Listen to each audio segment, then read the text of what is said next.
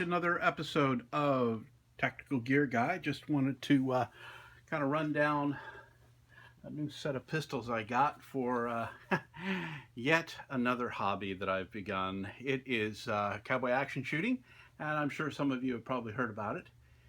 Basically, it is where you use a couple of single action armies like these, and just to kind of give you a quick overview or a safety check there. Obviously that one's empty, and as you can see that one is empty as well. But basically what I wanted to do was kind of go over these. This is a matched pair of the Uberti single action armies that Taylor's and Company orders through Uberti, and then they do some tolerance checking and such, and then they call them the smoke wagons, and that's what these are, is a matched pair of smoke wagons with consecutive serial numbers. This is also a deluxe pair what that means is basically they've gone through the guns and done some custom tuning. Basically they've put in custom hammer and base pin springs, trigger pull set at 3 pounds.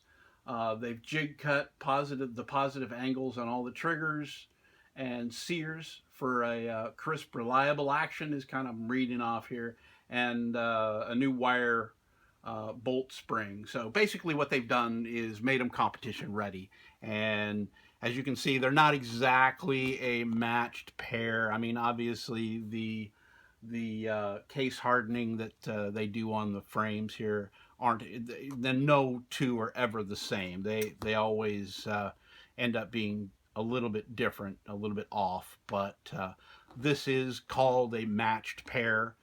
I picked these up through Cabela's, once again, kind of my favorite place to go. So I went to Cabela's and I found these on their gun library, and got them from back east, back in Minnesota area. I guess somebody had brought them in, and they had them in their gun library, and I picked them up for a decent price, as I try to do on most things. I found them and had them ship them over, and basically if you give them, pay for shipping, they ship them to whatever store you want, and I had them shipped to my local store and went in and promptly bought them because, quite honestly, they're really sweet.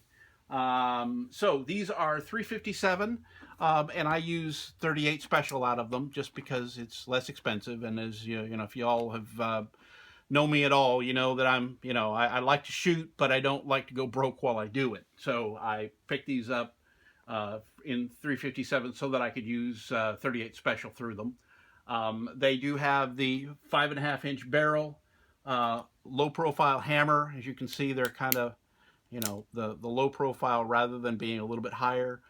It does have a widened channel for the rear sight, and the front sight is a little bit wider and, made so that you can quickly and easily point and shoot. These do also come in 4 3/4 and longer barrels as well. And the checkered grips came as a stock for the smoke wagons. That's kind of how I knew they were smoke wagons. They didn't say they were smoke wagons when I saw them on Cabela's website. They just called them Ubertis, and what gave it away was the grips. I knew that the smoke wagon, and I knew that it had to be these had to be Taylor's and Company, just simply because the Uberti doesn't ship them out with these grips on them. Taylor's and Company is the only one that takes and puts new grips on them and reworks them. So I knew they had to be Taylor's and Company. And when I got them, they did in fact say Uberti, imported by Taylor's and Co. And I knew that at that point that I was getting something a little bit more than I was paying for at that point. So I went ahead and picked them up, called Taylor's & Co. and said, hey, I've got the serial numbers. Can you give me kind of a little bit more background on them? And they said, oh, yeah. So they went away for a couple minutes and came back and gave me some really good news. And that is that these were actually ordered as a pair and they were orders as the deluxe pair, which meant again that they had all the surfaces all smoothed out, new springs, all set up for competition. So I was, to say the least, thrilled to hear that, because I actually only paid as if they were standard Ubertis, and so I got them for a really good deal.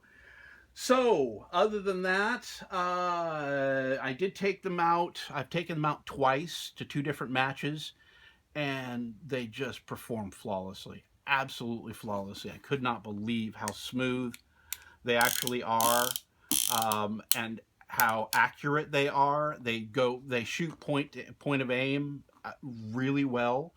They are super smooth. They are just a phenomenal handgun. And again, I just couldn't believe I got such a great deal on these.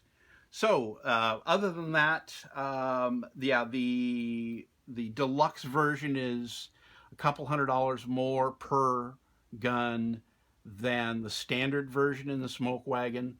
And honestly, through Taylor's and Company, when I got them, Taylor's and Company in general will, when they order something through Uberti, they go ahead and do a kind of a tolerance kind of run through with their gunsmiths. Just that's kind of their thing. They want to make sure that that the guns meet tolerance. So they go through and they check all the tolerances and make sure that everything's, you know, up to par. That's the benefit to getting them through Taylor's and Company versus just buying them outright from Uberti.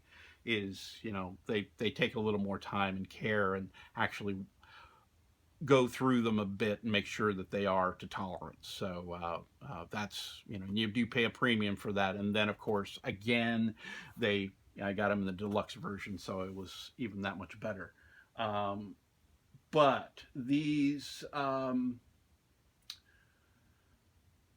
modeled after the second generation of the clone, the Peacemaker, you know, the Colt Single Action Army 1873. They're basically a clone of that.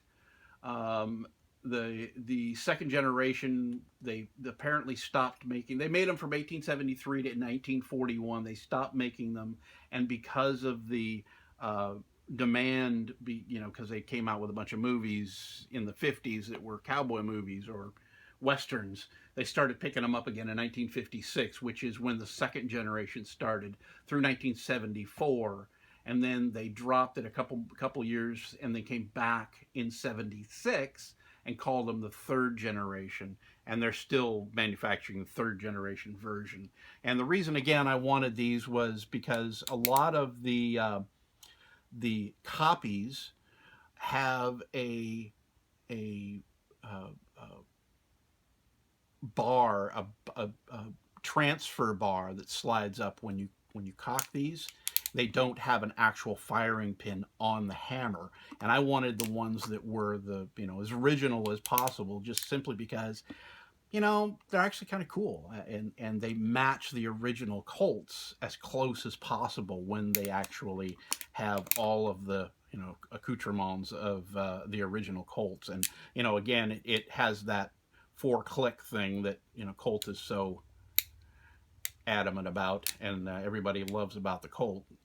As you can see, it's got the 4 clicks, and so and in order to load it, everybody kind of goes through this. You got to kind of half cock it, open the gate, and you load 1, skip 1, and then load 4, and then when you get to that last one, just close the gate, lower it, and every single time it will land on an empty chamber, and that's kind of how you load it for safety. So anyway, that's how that all works. So what I've done is I went ahead and took some video at the last match I was at, and I'm going to go ahead and show you some of that, and then we'll come back and we'll finish up, and hopefully you enjoyed it. So we'll be back in a few.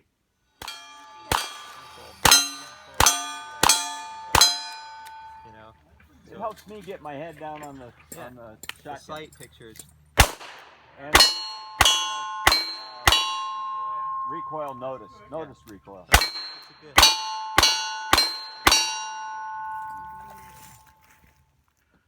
So there you go. as you can see, they performed flawlessly. They did a great job. Again, clearly better than I could ever do. I mean, again, it was only my second match, that one, the video that I showed there. But had a great time. You know, you do have to kind of dress up and look like a cowboy, which is kind of goofy, but it's still a heck of a lot of fun. And the other guns, you know, the lever 1892 that I shot there, and the shotgun that you saw was the shotgun that was the first one that the only one that they let you use, which is a pump shotgun. But and I'll go into another video on that at some point in the near future and kind of outline that one as well.